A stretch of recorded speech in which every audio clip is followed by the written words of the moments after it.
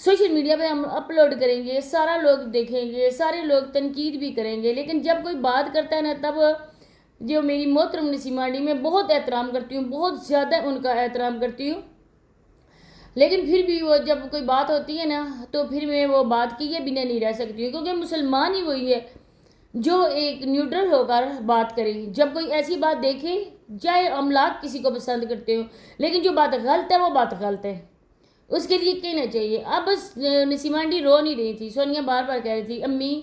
آپ نہ روئیں، آپ کیوں روتی ہیں، آپ یہ کرتی ہیں، آپ وہ کرتی ہیں. اب جو ہے کہ ماں کو اپنی بیٹی کی جب ڈلیوری ہوتی ہے نا تو ماں موجود ہوتی ہے، لاکھ سسرال والے اچھے ہوں، لاکھ نندیں ساس پیار کرنے والی ہوں، لیکن جو ماں کی ہے نا کمی وہ کوئی پوری نہیں کر سکتا ہے، اور ماں کی جگہ کوئی لے نہیں سکتا ہے. تو جب ماں ساتھ ہوگی تو عورت کو تسلی ملتی ہے، کیونکہ ہر تکلیف میں ہم لوگ جب کوئی کسی کو پکارتے ہیں نا تو اللہ کے بعد ہماری زبان سے جو لفظ ادا ہوتا ہے نا وہ ہوتا ہے ماں کا. ہم ماں کو اپنی تکلیف میں بس بلا ارادہ ہی پکار رہے ہوتے ہیں. تو یہ ایک فطری عمل ہے کہ ماں ساتھ ہونی چاہیے. اس کے لیے میں سونی کو کچھ نہیں کہنا چاہتی، لیکن ہو سکتا ہے کہ نسیمہ آنٹی اس وجہ سے بھی رو پڑی ہو کیونکہ انہوں نے دیکھا ہو کہ میری بیٹی ادھر اکیلی ہے، سسرال والے نہیں ہیں. ہمیں کیا پتہ کہ در پردہ کیا بات ہے، وہ تو ظاہری بات ہے کہ ان کو تعریف سونیا کے سسرال والوں کی کرنی پڑتی ہے، کیونکہ اپنوں نے ان کو لوگوں کو ٹھکرایا ہے. اگر آج وہ کہیں گی کہ سونیا کے سسرال والے اچھے نہیں ہیں، سونیا کی ساس نہیں اچھی، سسر نہیں اچھے، تو یہ بات بھی ان کے دشمنوں کو خوش کر سکتی ہے. اس وجہ سے ہر ایک انسان کو مسائل سے کام لینا چاہیے، اس طرح سے باتیں نہیں کرنی چاہیے. لیکن بہرحال جو ڈیسیشن لیا گیا ہے ایمن کو لانے کا کا سارا کریڈٹ کس کو جاتا ہے؟ ہماری بہت پیاری بہن ہے، بہت پیاری محترم بہن ہے،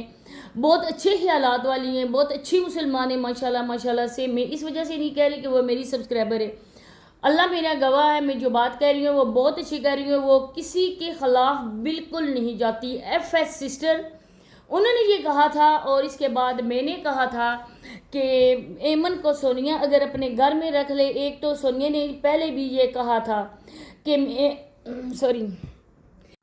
کہ میں جو ایمن کو اڈاپٹ کروں گی، میں اس کی پڑھائی کا خرچہ سارا جو بھی اس پہ خرچ ہوگا نا وہ میں اٹھاؤں گی. اس کے بعد اس نے اس طرف خیال ہی نہیں کیا. تو ان سسٹر نے کہا کہ اگر ایمن کو وہ لے آئے اپنے گھر، دونوں ہیں پھوپھو بھتیجی ہیں، سونیا اکیلی ہوتی ہے، سونیا کا دل بھی بہلا رہے گا، بچی کو شہر میں اچھے اسکول میں وہ پڑھائے گی بھی اور ولاگز بھی بنائیں گے، دونوں پھوپھو بھتیجی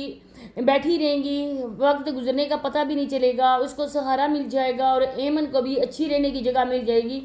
تو جو سونیا نے یہ فیصلہ کیا ہے نا، اس فیصلے کے لیے میں سونیا کو دل سے اپریشیٹ کرتی ہوں کہ بہت اچھا کیا ہے، کیونکہ سونیا نے پہلے بھی کہا تھا کہ میں اپنی بھتیجی کو میں اپنے ہی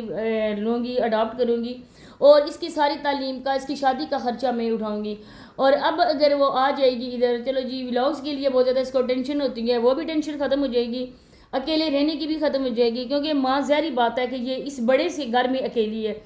اب انسان کے اگر کوئی سختی مصیبت آ جاتی ہے، کوئی وہ بتا کر نہیں آتی ہے. کبھی اللہ نہ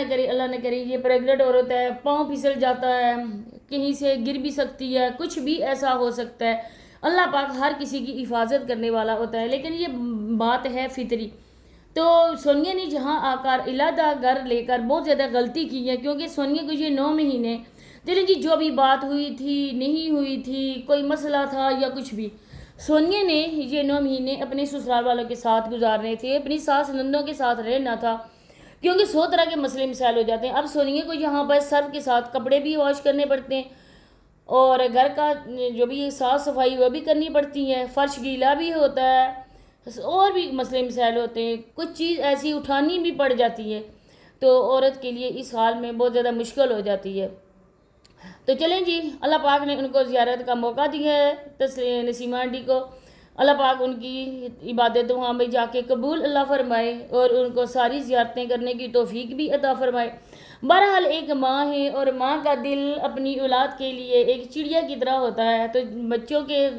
دکھ میں ماں کے آنسو بھی نکل آتے ہیں. کچھ ایسا بھی سوچ کر اپنوں کی جو اس طرح کی ہے نا حق تلفی، وہ بھی دیکھ کر عورت کا دل بہت زیادہ دکھتا ہے، کیونکہ ان کا میکہ بھی ختم ہو گیا، باپ تو فوت ہو گیا، ماں بھی زندہ ہے،